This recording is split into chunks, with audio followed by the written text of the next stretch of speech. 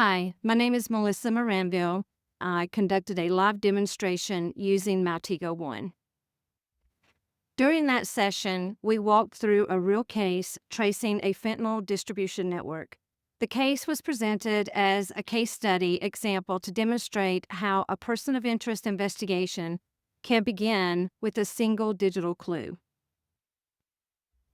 So the investigation started with one phone number referenced during a monitored jail call. That identifier became the digital seed for analysis inside Maltego. Using structured OSINT and link analysis, investigators correlated carrier metadata, geographic activity, and associated digital identifiers. As the graph expanded, patterns emerged that reflected network behavior rather than isolated use.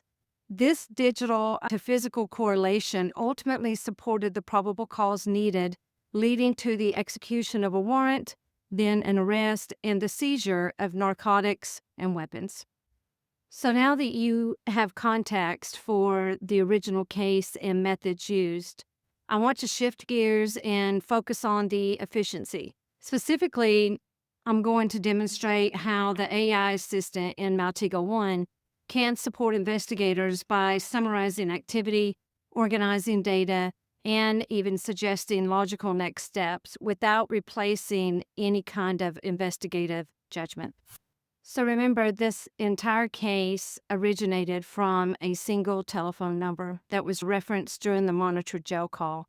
And everything you see in this graph expanded outward from that initial identifier.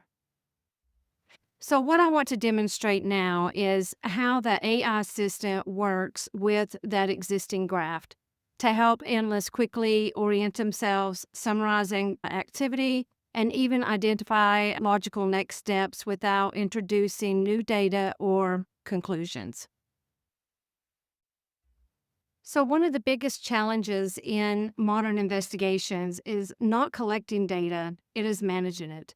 And these graphs can become overwhelming very quickly. If you'll just look at this one here real quickly, you can see that it has tons of data. And to be able to go into each of these data sets can take a lot of time. And so one of the things about AI Assistant is that it helps this by doing the first pass of analysis very quickly. It summarizes, highlights patterns, and points out areas of interest so detectives do not have to manually analyze every single data point just to understand where they are in the case. It's important to know that this does not replace detective work. It removes the noise so that investigators can focus on validation, judgment, and even decision making, trying to decide, for example, in this graph, which area do I need to pivot to? Which one do I need to focus on? But I do want you to keep in mind that AI can make mistakes, and this is why it is very important for detectives and investigators to review AI results very carefully. All right, so within that larger graph you saw a moment ago, I narrowed it down to just the telephone number to make this a little bit more simpler. So if we'll jump over here to the AI assistant, click on it, you'll notice here there's a dialog box, and it's just going to give you prompts that you could possibly use. For example, how can you help me in this investigation? You can choose that prompt. I want to go ahead and ask it to provide a concise summary of this investigation based solely on the entities and relationships, because that's what I really want to look for.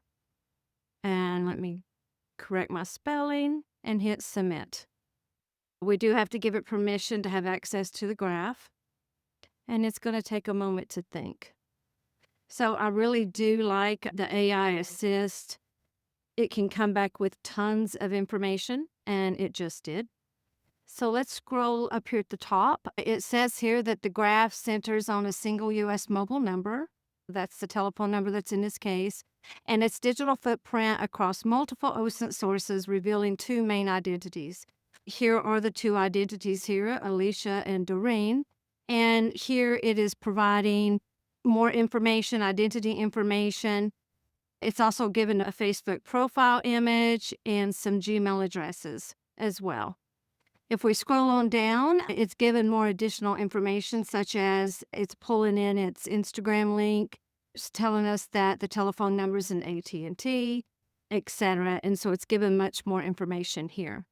Now, all of that is within this graph. However, we would have had to have went and clicked on each one of these digital points here to be able to obtain further information. For example, to learn about the Gmail address, of course, here it is.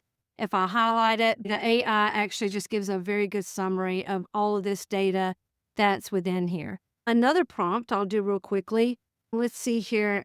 I like patterns. So let's do identify any relationship patterns, clusters, or areas of high connectivity.